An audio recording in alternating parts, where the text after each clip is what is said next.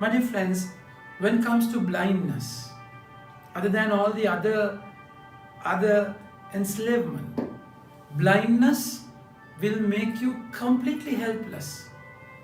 At least you won't see what is right.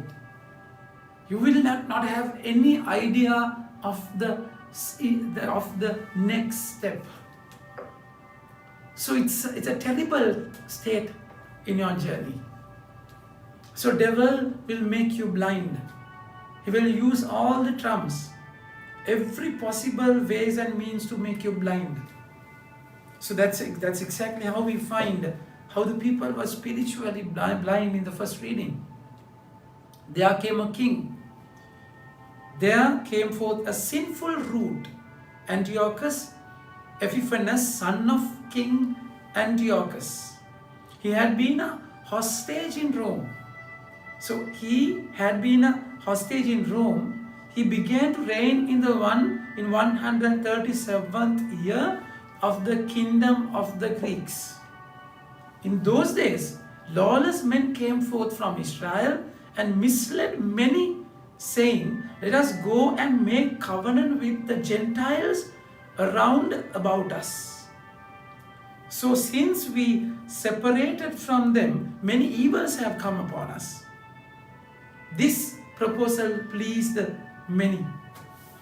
My dear friends, see how they were made blind. It's with wrong direction. It won't happen all of a sudden. Devil will use subtle ways to make you blind. So it's a step-by-step process to make you spiritually blind. So what is right, what is wrong is depicted as right. So it was fed in a subtle way. So this is how the devil will use step-by-step process to make you blind.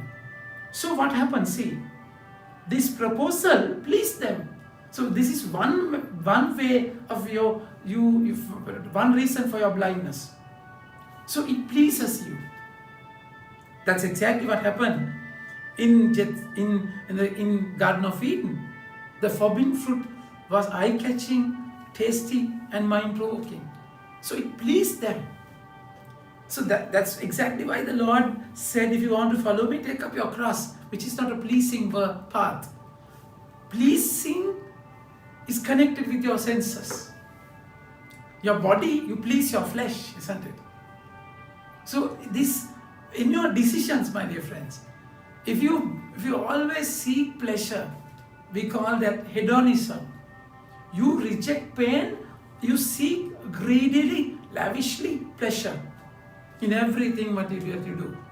So pleasure-oriented decision, you're completely blind there.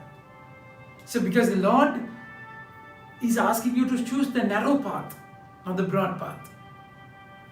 It pleased them, this proposal pleased them, and some of the people eagerly went to the king. See how the snare was set. So devil will give you something very attractive. That's how you are taken away from the will of the Father.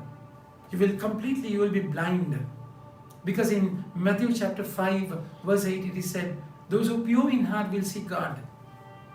So if you are stained, if you are impure, you will not see God. You will be blinded with your senses, pleasures, flesh. And then what happened? They joined with Gentiles and sold themselves to do evil. Then the king wrote to his whole kingdom that all should be one people and that each should give up his customs. And it's like one country, one law, isn't it? So one people. So the leader asked them to have oneness. So everyone should follow the bad path. So the mob, the people, the pressure, they push towards you something. So you cannot go by the popular understanding. That is not the will of the Father. So popular notion would blind you completely. And then what happened? The books of the law that they found, they tore it to pieces and burned with fire. Where the book of the covenant was found in the possession of anyone, or if anyone adhered to the law, the decree of the king commanded him to death. So this is how the whole society was blinded by the evil. My dear friends, so it's important that you realize that you are blind, like Bartimaeus in the gospel. So road to Jericho, the blind man was sitting by the roadside begging and hearing a crowd going by, and he was begging. Blindness makes you a slave, because sin makes you a slave. It's slavery. So they become parasites. They completely depend on the other people. You lose the sonship, ownership, the heritage.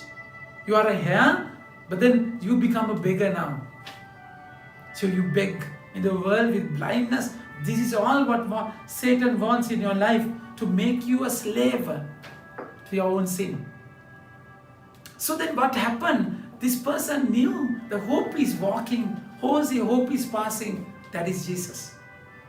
So if you realize that you are blind, only you will listen to the word. Jesus said, your faith has healed you. So he had faith on the Lord, because he heard in Romans chapter 10 verse 17, he said, faith comes by hearing.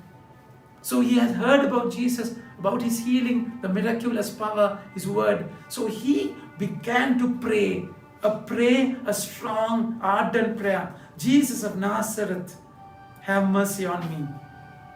Son of David, have mercy on me. So he heard Jesus of Nazareth was walking. So he was Jesus in Nazareth. That's how all the Jews were named that time. But then for him, he's not only Jesus of Nazareth, he's Son of David. It's a messianic connotation, interpretation. He is Messiah who can only save me. So he shouts. So in the journey, there is no other way. If you're blind, if you're stuck, just shout. It's not by your persuasion, by your effort, by your strength, you are saved. No, it's by grace. So, but then in this journey of faith, some hindered him, rebuked him, and asked him to be silent. But he cried out all the more until Jesus stops. So your cry, your prayer can make God stop by you. So there is no other way, my dear friends. He has to stop. You have to make him stop. So that's why you have to ask. It will be given. Knock, the door will be open. Search, you will be found. You will find him. So this persuasion in prayer, praying with faith. And Jesus said, what do you want me to do? What do you want me to do for you? This is exactly what he had. Make sure that you want to be healed. Sometimes sin is so tasty. Sin, that carnal desire of sin. St. Augustine said, Lord, convert me, but not now.